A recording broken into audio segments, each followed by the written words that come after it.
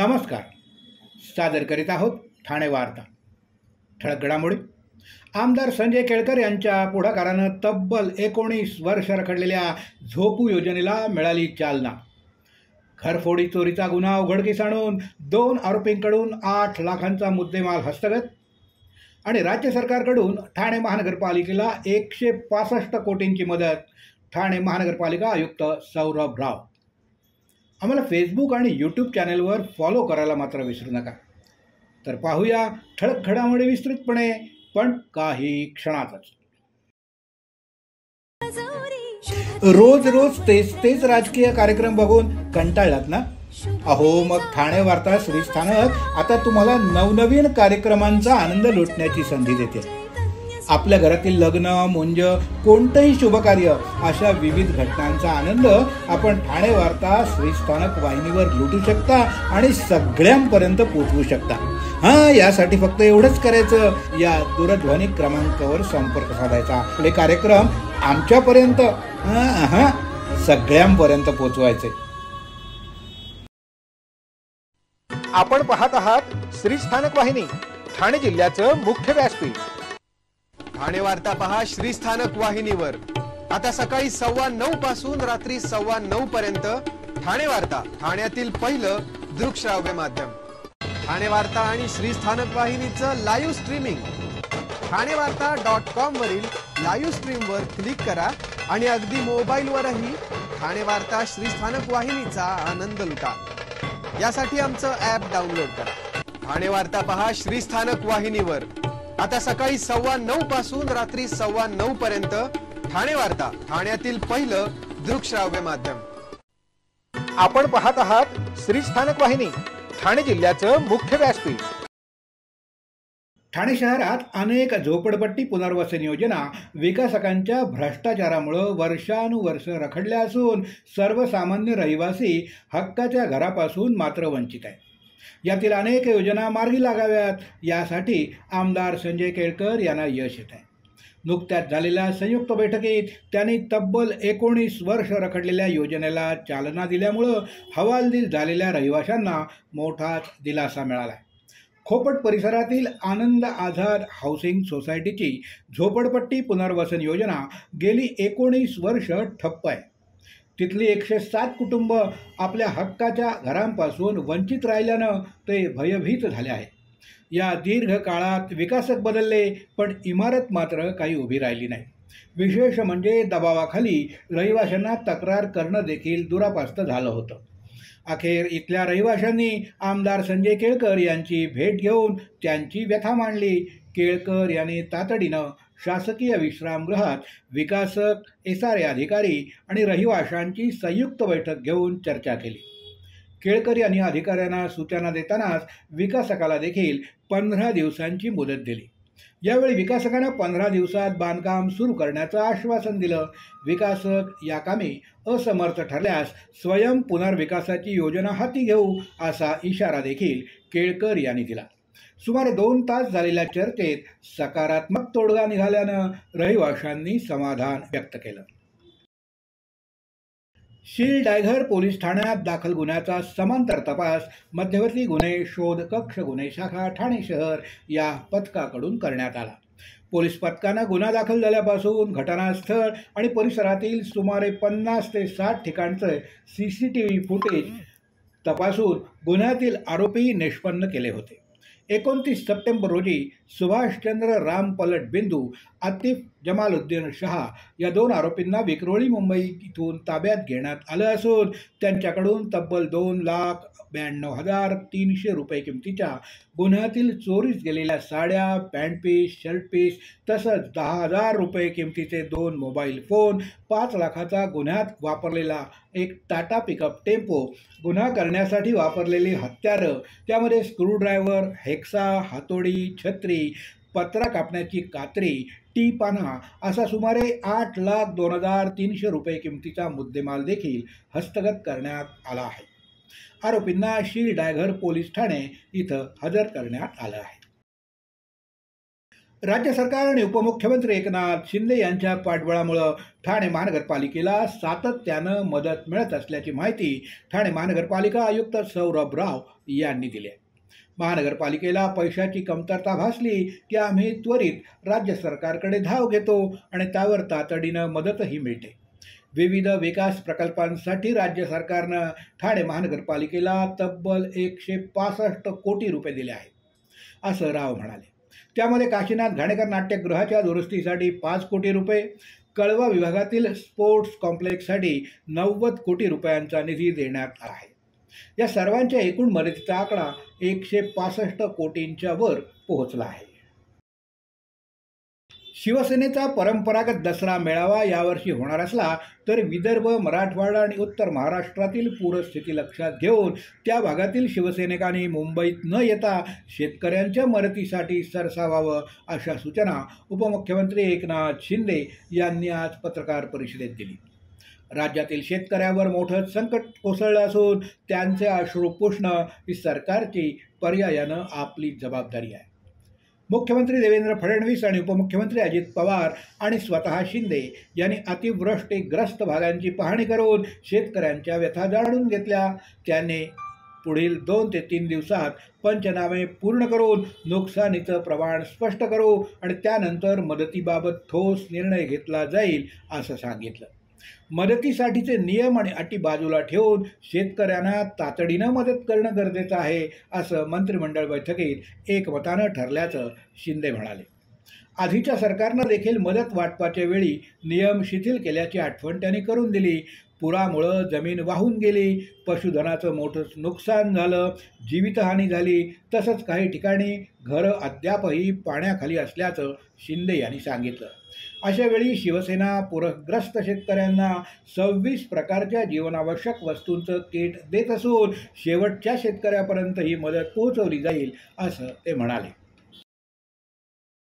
भिवंडीतील कल्याण रोडवरील रुंदीकरण थांबवण्याच्या मागणीसाठी समाजवादी पक्षाचे आमदार अबू आझमी आज भिवंडीत आले होते. यावेळी त्यांनी हिंदी प्रसारमाध्यमांना प्रतिक्रिया दिली.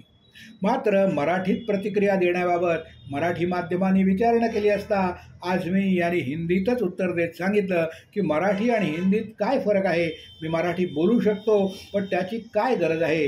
जर ही प्रतिक्रिया दिली किंवा यूपीमध्ये दिली तर कोणाला समजणार आहे, असं वक्तव्य त्याने केलं. या बेताल वक्तव्यावर मनसे आक्रमक झाली असून मनविसे ठाणे जिल्हाध्यक्ष परेश चौधरी यांनी उत्तर देताना म्हटलं की अबू आझमी, तुम्ही राजकारण महाराष्ट्रात करता, मग यूपीमधील भैयांची काळजी करू नका. भिवंडी महाराष्ट्रात आहे आणि महाराष्ट्रात फक्त मराठीत चालतं. मराठीची लाज वाटत असेल तर आम्ही तुम्हाला मनसे स्टाईलनं उत्तर देऊ. रोज रोज तेच राजकीय कार्यक्रम बघून कंटाळलात ना? अहो, मग ठाणे वार्ता श्रीस्थानक आता तुम्हाला नवनवीन कार्यक्रमांचा आनंद लुटण्याची संधी देते. आपल्या घरातील लग्न, मुंज, कोणतंही शुभकार्य अशा विविध घटनांचा आनंद आपण ठाणे वार्ता श्रीस्थानक वाहिनीवर लुटू शकता आणि सगळ्यांपर्यंत पोहोचवू शकता. यासाठी फक्त एवढंच करायचं, या दूरध्वनी क्रमांकावर संपर्क साधायचा. आपले कार्यक्रम आमच्यापर्यंत सगळ्यांपर्यंत पोहोचवायचे. भारतीय जनता पक्षाचे ठाण्याचे आमदार संजय केळकर यांच्यातर्फे सर्व ठाणेकरांना दसऱ्याच्या हार्दिक शुभेच्छा. आमदार संजय केळकर, आपला हक्काचा माणूस. आपण पाहत आहात श्रीस्थानक वाहिनी, ठाणे जिल्ह्याचं मुख्य व्यासपीठ.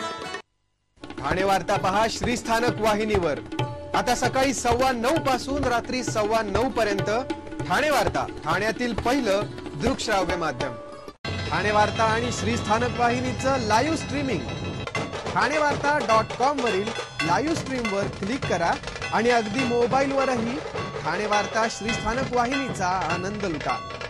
यासाठी आमचं ॲप डाउनलोड करा. ठाणे वार्ता पहा श्रीस्थानक वाहिनीवर.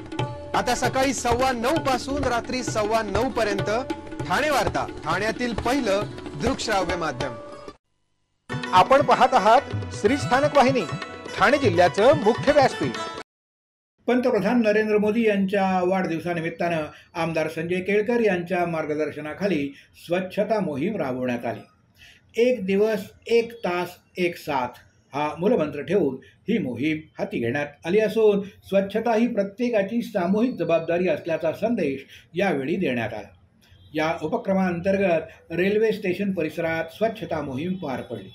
यावेळी स्वच्छतेविषयी जनजागृतीसाठी एक नाटिका देखील सादर करण्यात आली.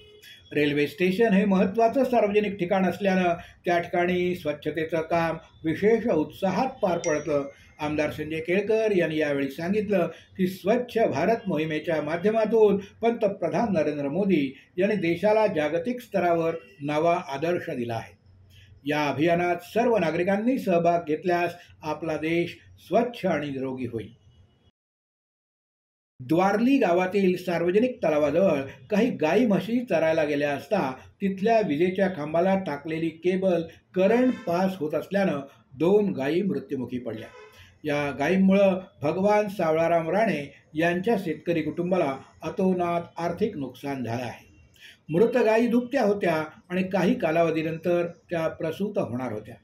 शेतकऱ्यांच्या म्हणण्यानुसार निव्वळ महावितरण कंपनीच्या भोंगळ आणि बेजबाबदारपणामुळे ही घटना घडली आहे. त्यामुळं घटनेची माहिती मिळताच हिल लाईन पोलीस आणि महावितरण अधिकारी तात्काळ घटनास्थळी दाखल झाले. गावकऱ्यांसह पंचनामा करून पुढील तपास सुरू आहे.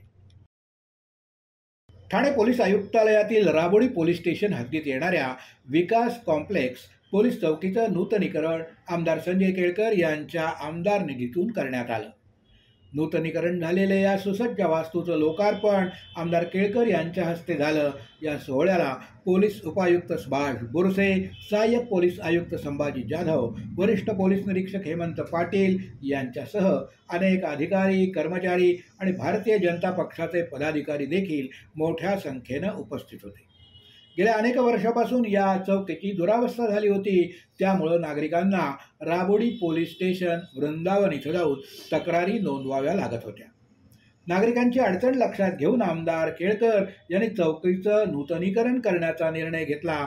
या नव्या वास्तूमुळं विकास कॉम्प्लेक्स, गोकुळनगर, राबोडी, उथळसर इत्यादी परिसरातील नागरिकांना तक्रारींचा निपटारा जलद गतीनं करता येईल असं आमदार केळकर यांनी सांगितलं. स्थानिक नागरिकांनी त्यांच्या या उपक्रमाबद्दल आनंद आणि आभार व्यक्त केले. देव आणि धर्माच्या नावाखाली चमत्कार करणाऱ्या बुवा बाबा मांत्रिकांकडून सर्वसामान्यांची होणारी फसवणूक टाळण्यासाठी बुवाबाजीला सुरुंग लावण्यासाठी चमत्कार करण्याचा दावा करणाऱ्याला चमत्कार दाखवा आणि 1 लाख मिळवा असं आव्हान दिलं आहे. ही रक्कम वाढवून नंतर 5 लाख, 10 लाख, 15 लाख आता 21 लाखावर आली आहे. पण हे आव्हान आजतागायत बुवा बाबा मांत्रिक चमत्कार करण्याचा दावा करणाऱ्यांनी स्वीकारलेलंच नाही असं महाराष्ट्र अंधश्रद्धा निर्मूलन समितीचे राज्य कार्याध्यक्ष संजय बनसोडे यांनी स्पष्ट केलं. संजय बनसोडे यांनी महाराष्ट्र अंनिसच्या राज्य कार्याध्यक्षपदी निवड झाल्याबद्दल त्यांचा ठाणे नगरीत पुरोगामी संघटनांच्या वतीनं जाहीर नागरी सत्कार समारंभास करण्यात आला. या नागरिक सत्कार समारंभासाठी ग्रंथसंग्रहालय ठाणे इथं आयोजित करण्यात आला होता. त्या प्रसंगी ते बोलत होते. जगात चमत्कार नसतात. हात, चलाखी आणि विज्ञान तंत्रज्ञानाशिवाय चमत्कार करता येत नाहीत. महाराष्ट्र अंधश्रद्धा निर्मूलन समितीनं चमत्काराच्या विरोधात, अंधश्रद्धा निर्मूलनाच्या विरोधात गेल्या 26 वर्षात केलेल्या अविरत कामामुळं आता उघडपणं चमत्कार करण्याचा दावा करणारे, चमत्काराची भाषा करणारे बुवा बाबा मांत्रिक शोधूनही सापडत नाहीत. याचं संपूर्ण श्रेय अंधश्रद्धा निर्मूलन समितीला जातं असं त्यांनी यावेळी सांगितलं. कल्याणमधील गांधी इंग्लिश स्कूलचा अजब फतवा समोर आलाय. विद्यार्थ्यांना कपाळावर टिळा किंवा टिकली लावू नका. राखी किंवा धार्मिक धागा बांधून शाळेत आलात तर तुमच्यावर कारवाई होईल असा फतवा शाळा प्रशासनानं काढलाय. या निर्णयामुळे पालकांमध्ये संतापाची लाट उसळली. शिक्षण विभागानं शाळेला नोटीस बजावली असली तरी आता उद्धव बाळासाहेब ठाकरे गट आक्रमक झालाय. कारवाई झाली नाही तर आंदोलन छेडण्याचा इशारा उद्धव ठाकरे पक्ष विधानसभा सहसंघटक रुपेश भोईर यांनी दिलाय. जर शाळा प्रशासनानं असा कुठलाही फतवा काढला नसल्याचं शाळेच्या डायरेक्टर स्वप्नाली रानडे यांनी सांगितलं.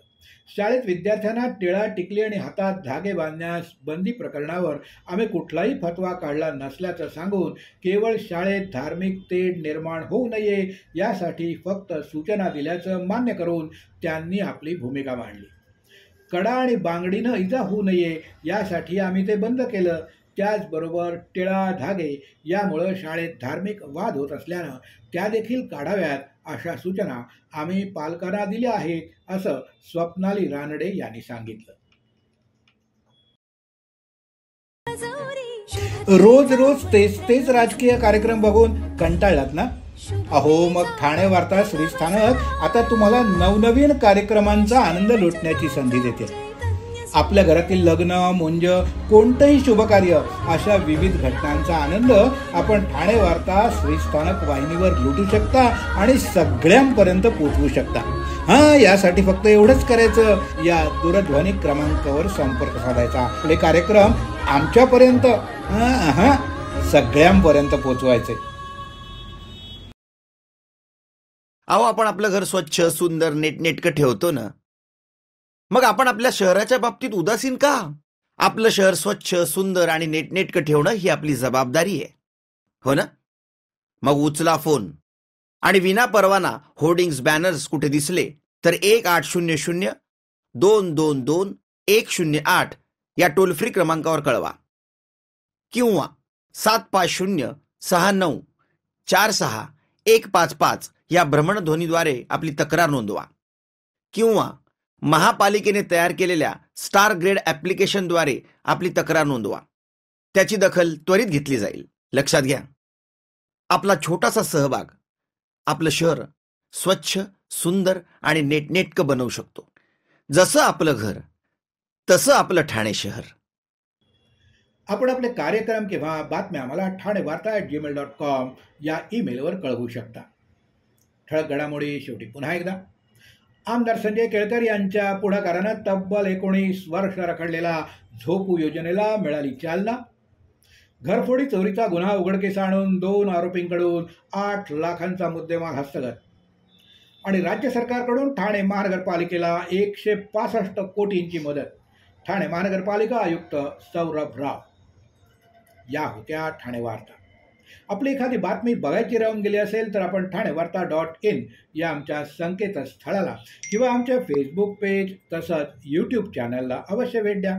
तर मग पुन्हा भेटूया पुढल्या बातमीपत्रात फक्त श्री स्थानक वाहिनीवर. धन्यवाद.